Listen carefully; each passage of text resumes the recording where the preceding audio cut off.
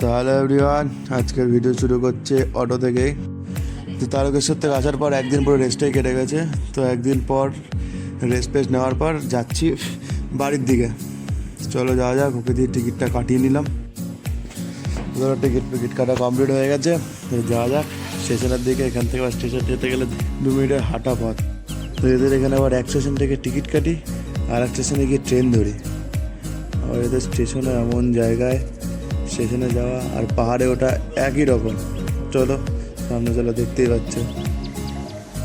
দেখো স্টেশন না, যেন পাহাড়ে উঠছে সিঁড়িতে, মন্দিরে যাওয়ার মতন অবস্থা এদের এখানটাতে। তো স্টেশনে ওটা সেলফি তুলে নিলাম, একটা কাজ পাচ্ছিলাম না।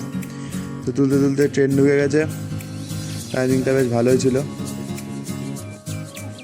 তো ভাগ্য ভালো ছিল, কারণ এদের এখানে সবসময় ট্রেন লেট করে। তো টাইমে ট্রেনও ঢুকে গেল।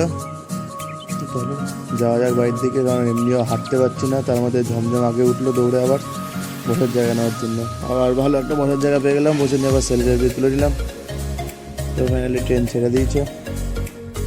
তো 10-15 মিনিটের রাস্তা, 10 মিনিটের মধ্যে পৌঁছে যাব। 15 minutes later. তো কিছুক্ষণের মধ্যে পৌঁছে গেছি দমদম স্টেশনে। এবার এখান থেকে ট্রেন ধরবো, মেন জার্নি শুরু হবে এখান থেকে দমদম থেকে আমাদের বাড়ি প্রায় 1.5 ঘন্টার রাস্তা। তো দমদম নেমে গেছি, 2 নম্বরে নেমেছি। ট্রেন ধরতে গেলে আবার সেই 1 নম্বর প্ল্যাটফর্মে যেতে লাগবে। তো এমনি পায়ের অবস্থা খারাপ, তার মধ্যে আবার ওভারব্রিজ দিয়ে যাচ্ছি এপার থেকে ওই পারে।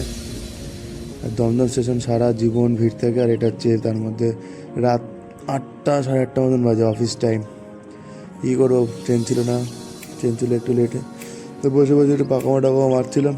মারার পরে একটা ফটোও তুললাম। আর সবসময়ের মতন এই দিকে বসে থাকলে ওই দিক দিয়ে ট্রেন পাস হয়। তো কিছুক্ষণ পর একটা ট্রেন আসলো, আর ভিড় কি মারাত্মক লেভেলের ভিড়। অনেক চেষ্টা করার পর ট্রেনে উঠতে পারলাম না। তো এই ট্রেন পেলাম না। তো অনেকক্ষণ পরে ট্রেন কী করবো, তার সামনের দিকে গেলাম, গিয়ে একটু খাওয়া দাওয়া করে নিলাম। খিদে পেয়ে যেতে সেই কারণে। ধরো খাওয়া দাওয়া কমপ্লিট, আবার নেক্সট ট্রেনের জন্য ওয়েট করে আছি। আবার স্টেশনে ভিড় দেখো, প্রচুর ভিড় হয়ে গেছে। তো এবার একটা লালগোলা আছে, ভাবছিলাম যদি চান্স পাই লালগোলায় উঠে যাব। তো ফাইনালি লালগোলাও পাইনি, মারাত্মক ভিড় ছিল। 2000 years later.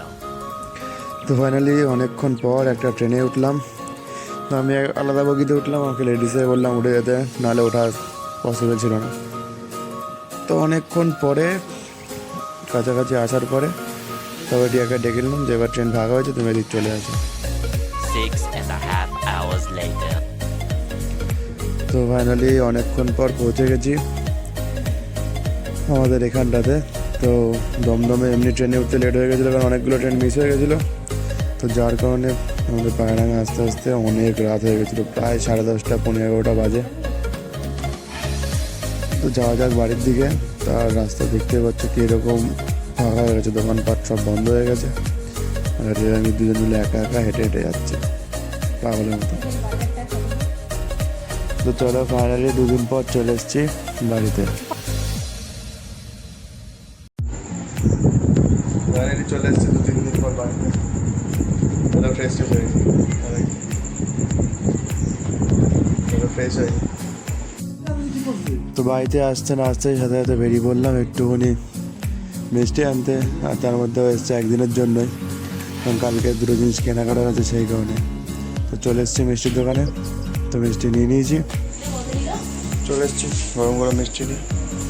ফ্রেশ হতে পারে, খাওয়া দাওয়া করেনি।